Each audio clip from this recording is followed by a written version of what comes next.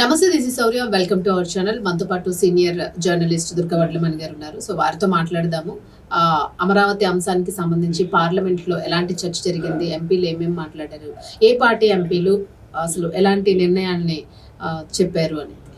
అంటే నిన్న ఒక చారిత్రకమైన రోజు లోక్సభలో, ఇవాళ కూడా రాజ్యసభలో మళ్ళా ఆ బిల్లు ఆమోదానికి వెళ్తుంది. చాలా చక్కగా జరిగింది. నిన్న 11 పార్టీలు 18 మంది ఎంపీలు మాట్లాడడం జరిగింది. అంటే 11 పార్టీల తరఫున. ఓకే.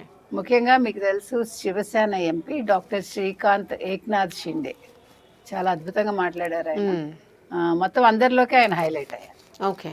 అంటే తెలుగు దేశం పార్టీ తరఫున మాట్లాడిన వాళ్ళు బాగా మాట్లాడారు. పెమ్మసాని కావచ్చు, సీఎం రమేష్ కావచ్చు, నో డౌట్. బట్ ఈయన మాట్లాడిన విధానం, చంద్రబాబు విధానాలను ఆయన కొనియాడారు.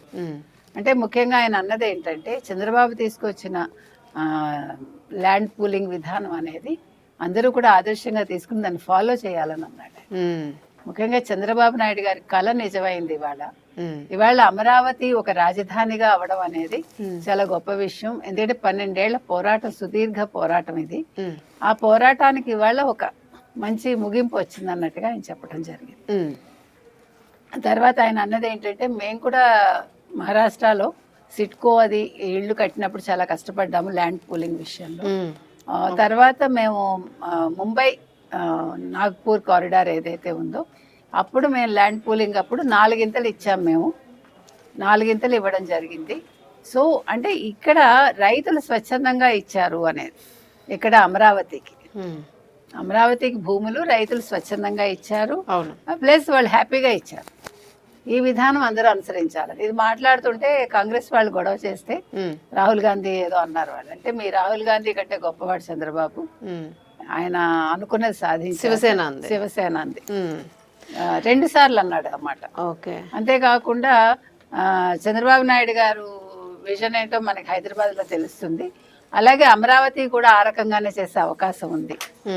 సో పాత విషయం తెర మీదకి వచ్చిందా మేడం? అంటే మనం గతంలో ఇప్పుడు మాట్లాడింది శివసేన, అలాగే ఇప్పుడు ఎక్స్ పార్టీస్ ఎట్లాగో మాట్లాడతాయి.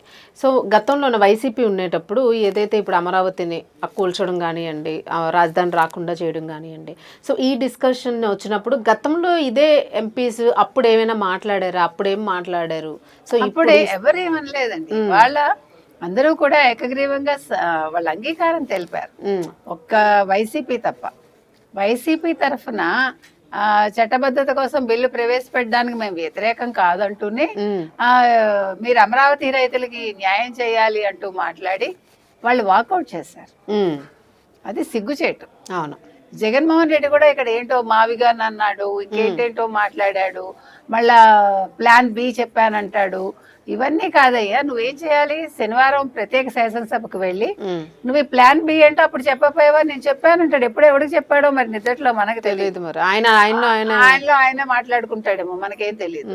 మావిగారిని ఏంటి అందరు నవ్వుకుంటున్నారు. జగన్మోహన్ రెడ్డికి ఆల్రెడీ పిచ్చి ఉంది, పరాకాష్ఠకి వెళ్ళిందేమో అని. అంటే జగన్ కదా మేడం, అందుకని మావి గన్ అని పెట్టి అదే చెప్పాడు. ఆ మాట కూడా అన్నాడు. గన్ అని ఉంది కాబట్టి చంద్రబాబు నాయుడు గారు జగనే గుర్తుకొస్తాడని.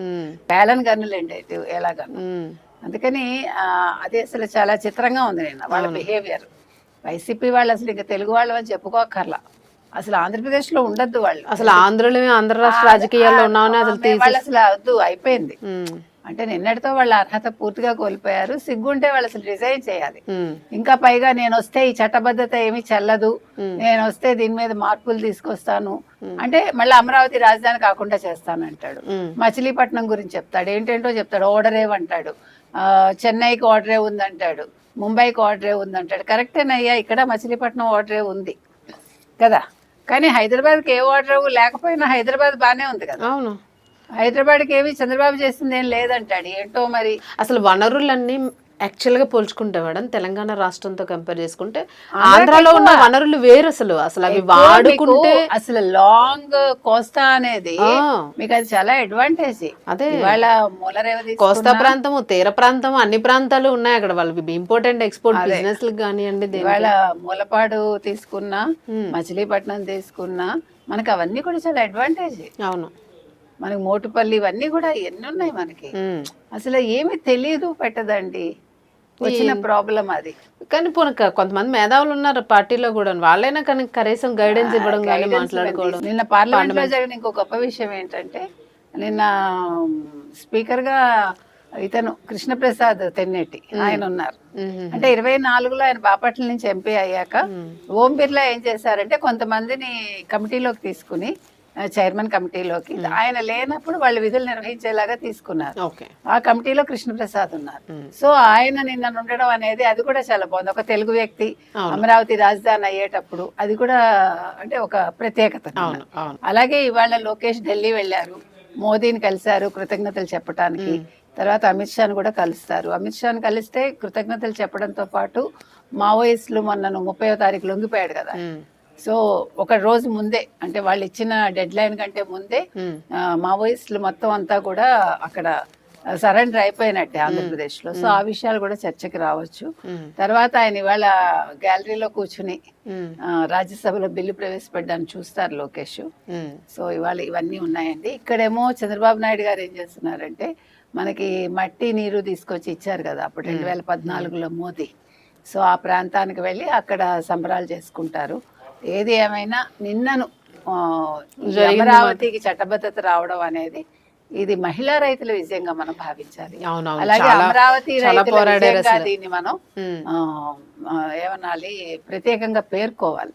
ఎందుకంటే వాళ్ళు అంతలా స్వచ్ఛందంగా వాళ్ళు ఇచ్చినందుకు వాళ్ళ పేర్లన్నీ కూడా సువర్ణాక్షరాలతో చరిత్రలో నిలిచిపోతుంది. ఇప్పుడు ఇంకా ఆంధ్ర రాష్ట్ర ప్రజలందరూ కూడా కలలుగంటూ ఉంటారు ఎంత తొందరగా మొదలు పెడతారు. ఖచ్చితంగా. Thank you ma'am.